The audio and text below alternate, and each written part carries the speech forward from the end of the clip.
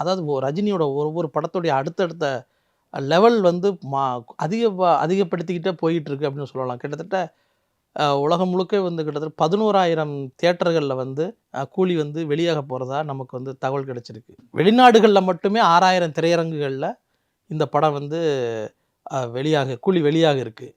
கிட்டத்தட்ட 350 தியேட்டர்கள் அமெரிக்காவில் வந்து வெளியாக போகிறதா சொல்கிறாங்க.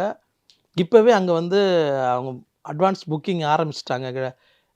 இன்னைக்கு இந்த நிமிஷத்துக்கு உடைய அப்டேட் படி பார்த்தீங்கன்னா, கிட்டத்தட்ட 12,000 டிக்கெட்டுகள் வந்து இப்போ முன்பதிவு செய்யப்பட்டு விற்று தீர்ந்திருக்கு. ஸோ இது வந்து பெரிய ஒரு சாதனைன்னு தான் சொல்லணும். ரஜினிங்கிற ஒரு தனிப்பட்ட மனிதருடைய படம் நடிக்க வந்தாருன்னா, இதன் மூலமா எவ்வளவு பெரிய இண்டஸ்ட்ரி முழுக்க உள்ள தொழிலாளர்களும், எவ்வளோ பேருக்கு வேலைவாய்ப்பு, எவ்வளோ பேருக்கு லாபம், எவ்வளோ பேருக்கு பலன் அடைகிறார்கள் அப்படிங்கிறத வந்து தான் நம்ம பார்க்கணும். ரஜினி வந்து ஒவ்வொரு படத்திலும் சம்பளம் அதிகமாகி போறாரு, சம்பளம் நடிக்க போறாரு, வாங்கிட்டு தான் நடிக்கிறாரு அப்படிங்கிற விஷயம், அட்வான்ஸ் வாங்குறாரு அப்படிங்கிற தகவல்களை தாண்டி, இவ்வளவு குடும்பங்கள் வந்து ரஜினியோட படத்து மூலமாக வாழ்றாங்க அப்படிங்கிறது வந்து ஒரு பெரிய முக்கியமான ஒரு விஷயமா நம்ம பார்க்கலாம்.